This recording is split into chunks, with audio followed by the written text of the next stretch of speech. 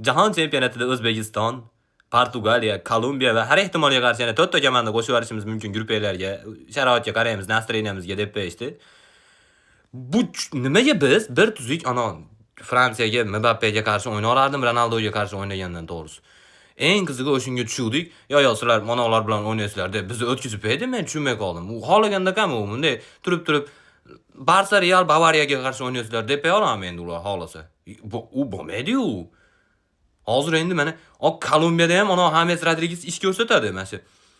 Faoliyati davomida gol urmasdan jahon chempionatiga borib yo eng chiroyli gol urib qo'yib, yo hali eng ko'p gol urib qo'yadigan peyli bor uni. Ronaldoga qarshi o'ynash qanday ikkala taraf gol ursa ham ursam bo'lib o'tira olaman men endi. U qanday qilib ko'raman u endi. Hali to'ta kamanni ham bilmayman kim chiqadi endi hali ijardan. Paq etib Manchester City deb bo'lmasa bo'ldi deb yasa endi u.